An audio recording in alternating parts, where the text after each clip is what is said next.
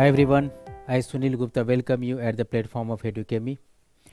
In the series of the YouTube discussion upon the topic, today we are meeting here to make the discussion upon very important topic of the paper 1 of the chapter 1, and this is called the Wilsonian vision on public administration. This topic is very important for the examination point of view. About 20 marks potential question is asked from this particular topic, right? So I would like to make you some brief introduction about the Wilsonian vision on public administration. I have not to say कि very depth I will discuss. I will just go for the vision of the public administration as far as the Wilson is concerned. So many slides, so many information is available here. I would like to tell you that some of the information that is before you, and this is information before you. This is the first important information is there, right? Now, what is the Wilsonian view on the public administration, right? Wilsonian view on public administration. What is here? Wilson, very well, Wilson was the very important, person who has become the President of America in 1913, and after becoming American President has made public administration separated from the political science. Although he has written the first important article, what is called the administration, a study of administration in the 1887 in his political science journal, and under this one has mentioned here that public administration must be separated from the political science. So this was the orientation of Wilson. Wilson was not only to say कि public administration को political science से अलग कर दो, सिर्फ यही नहीं बोला, बल्कि Wilson has to say that after separation of public administration, what should be the nature of that particular discipline, किस तरह से discipline को हम आगे बढ़ाएंगे, and for this particular purpose his vision on public administration has become very famous in the scholastic world, right? So let us automatically make the discussion one by one here. The first important is said to be as a theorist, who was the Wilson. Wilson first important was born in 1856 in the USA. ये बहुत important information नहीं है, but you should note down कि वो भी एक आदमी था, हम भी एक आदमी है, no tension at all. उनके मरने के बाद अभी हम पढ़ रहे हैं और हमारे जाने के बाद भी कुछ ऐसा करके जाएंगे so that you can create the history. He was the professor of political science, later became the president in the USA. Meaning ये है कि ये पहले प्रोफेसर थे और बाद में ये बने क्या president of America. President of America is a part of practitioner side of administration and professor is said to be the scholastic side of administration. तो स्कॉलर का भी आइडिया था इनको, प्रैक्टिशनर्स का भी आइडिया था. तो इनके राइटिंग में अगर हम जाएं तो there is the combination of scholastic fact and the practitioners orientation. These two automatically club at one position while you are going to work for the vision of Woodrow Wilson, right? So इसीलिए यहाँ पर हमने देखा कि writing is the combination of scholastic as well as the practitioner orientation. Very important, third is there, academically he published the first book Congressional Government. ये book इन्होंने publish किया था 1882 में. That has not become so much popular, right? But in in 1887 इन्होंने एक essay publish किया what is called the study of administration in political science quarterly journal. It has become very famous in all over the world, right? जिसने इस article को पढ़ा वो आदमी emotional हो गया. Reason is because in this particular article he advocated every time that public administration must be separated from the political science. अब तक के पॉलिटिकल साइंस में पब्लिक एडमिनिस्ट्रेशन है एंड पॉलिटिकल साइंस में बेसिकली हो क्या रहा है, this political science has to just make the study of government. Government का स्टडी कर रहा है ये, राइट? जुडिशियरी के लिए हमने अलग सा डिसिप्लिन बना दिया था, LLB, LLM law, but this too particular area is under the study of the political science. Basically the political scientist जो थे उस समय they were only concentrated upon the legislative side of government. इनका research था democracy को लेके, justice को लेके, लिबर्टी को लेके. इन्हीं में 95% स्कॉलर्स का ओरिएंटेशन था. Only few percent, you can से द 5% के स्कॉलर थे वो यहाँ पे कॉन्सेंट्रेशन करते थे.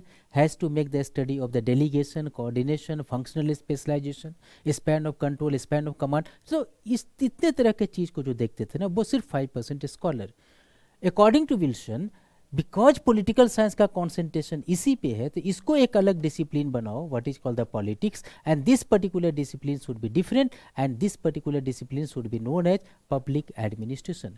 तो इनका जो पर्पस था पॉलिटिकल साइंस से पब्लिक एडमिनिस्ट्रेशन को अलग करने का, उसका एक ही ओरिएंटेशन था, public administration must be treated as professional discipline.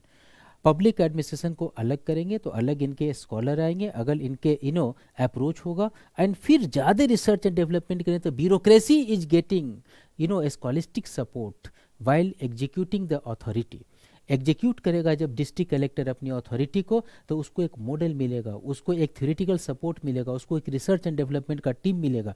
For this particular purpose he was in favour of separate public administration from the political science, and देखो ये आर्टिकल में ही एक चीज क्रिएट कर दिया, politics administration dichotomy, politics that is related to legislative side, administration that is related to executive side of government, and so he conceptualized very important public administration as a separate discipline, right? तो अब देखते हैं सिर्फ public administration को separate करके इनका काम खत्म हो गया? नहीं, ऐसा नहीं था। इनको आज हम कहते हैं फादर ऑफ पब्लिक एडमिनिस्ट्रेशन, इस बात के लिए नहीं कहते हैं कि इन्होंने सिर्फ सेपरेट कर दिया, क्रिएट कर दिया, नो। क्रिएट करने के बाद इनके वो पब्लिक एडमिनिस्ट्रेशन को आगे कैसे होना चाहिए, इनका एक विजन भी था। तो सिर्फ क्रिएट कर देना is not the motto of Woodrow Wilson. Create करके एक प्रोफेशनल एक्सीलेंस की तरफ में लीड करना was the vision of the public administration, and यही था विजन विल्सन का। तो आज हम देखते हैं कहाँ कहाँ पर इनका विजन रहा हुआ है, right? So first important vision was related to politics administration dichotomy. ये इंपॉर्टेंट इनका एक विजन रहा, right? Politics administration dichotomy. Now what is the meaning of this? This has to say कि it has to say political science should be different, administration should be different। अभी जो हम लोग discuss किए इसी को एक टर्म में यूज करता है scholastic world, this is called the politics administration dichotomy. This is also known as Wilsonian dichotomy, right? Because Wilson का ये अप्रोच था, तो इसीलिए it is known as the Wilsonian dichotomy, right?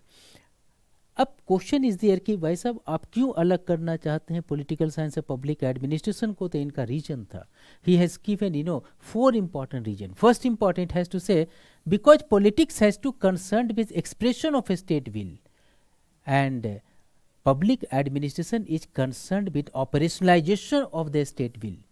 तो एक एक्सप्रेस करता है, एक ऑपरेशनलाइज करता है, और दोनों का अलग अलग अप्रोच है। सो दोनों को एक साथ रखने का मतलब ये हुआ कि we are working in ineffective orientation. अगर इफेक्टिव ओरिएंटेशन में चलना है, you have to separate public administration from the political science, first important. Second, it has to say here administration lies outside the proper sphere of the politics.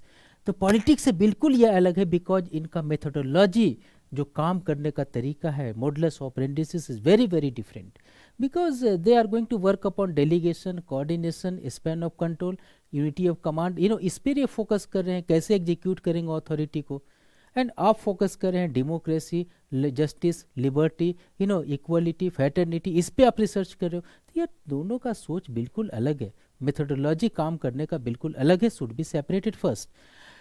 Next important, it has to say here political questions are not administrative question, because political questions are related to law in formulation, but administrative question is related to law in action।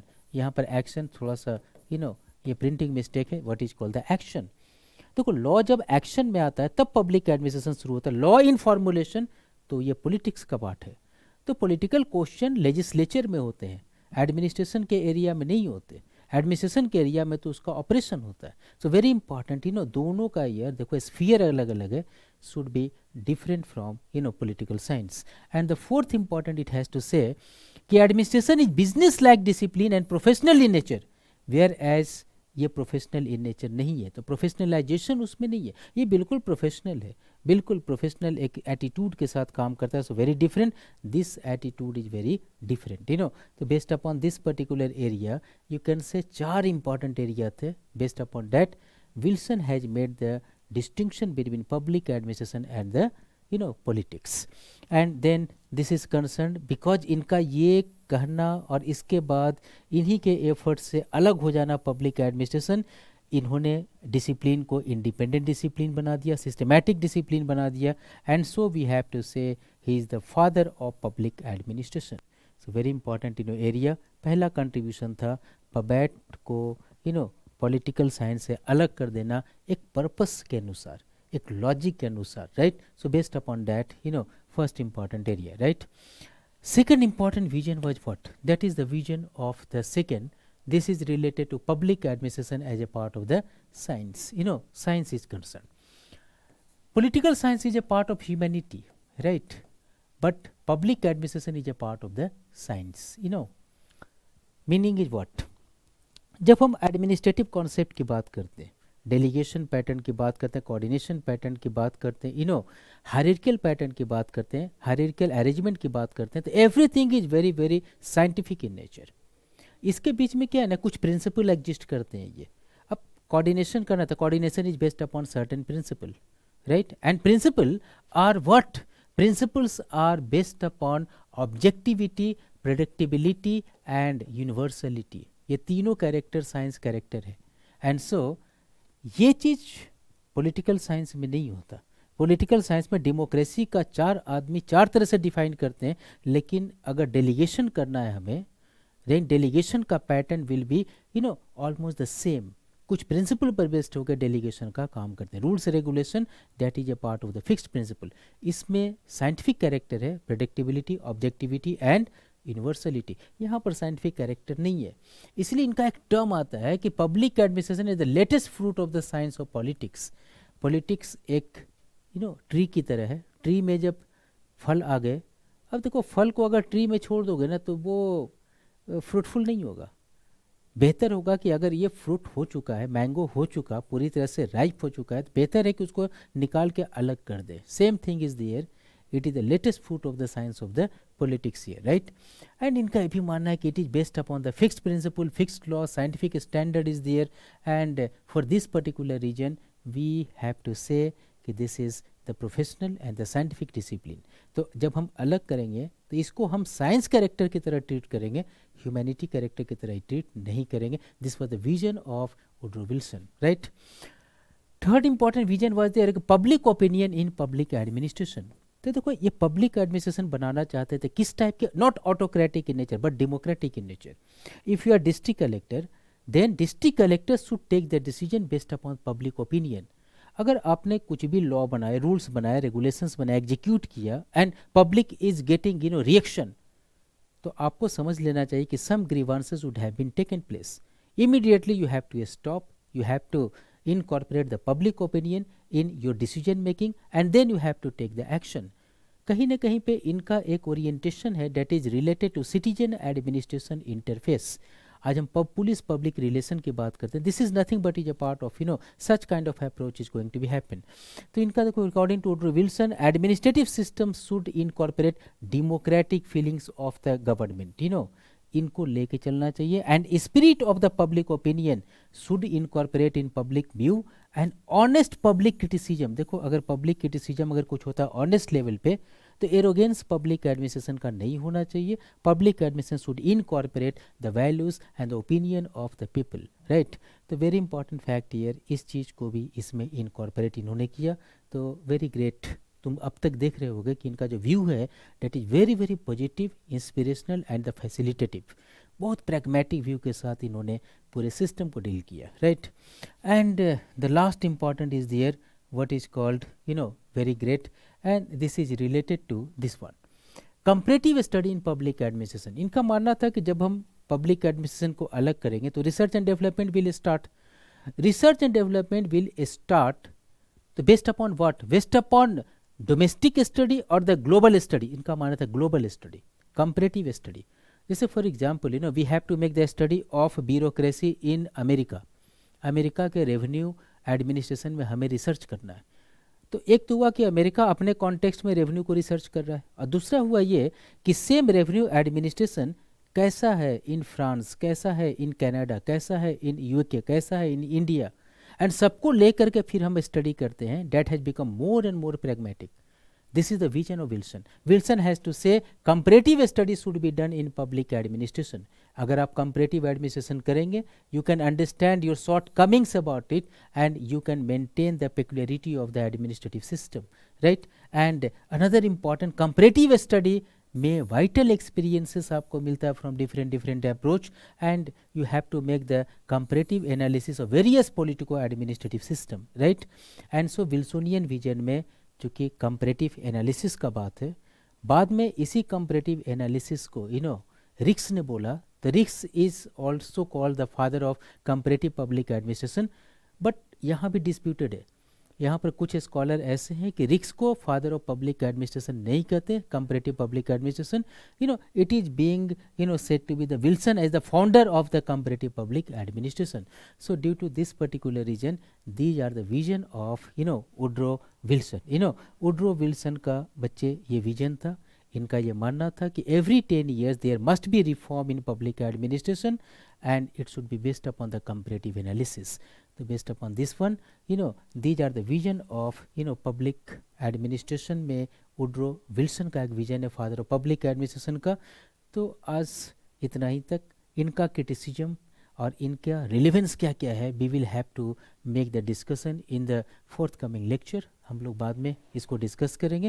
तो for the time being आज हम यहीं पे रोकते हैं. Rest of discussion I will continue in the lecture series. Okay then, all the best. If you feel any kind of a doubt related to this lecture, you have to intimate me in the comment section. So thank you very much to you all then. May God bless you. Bye bye.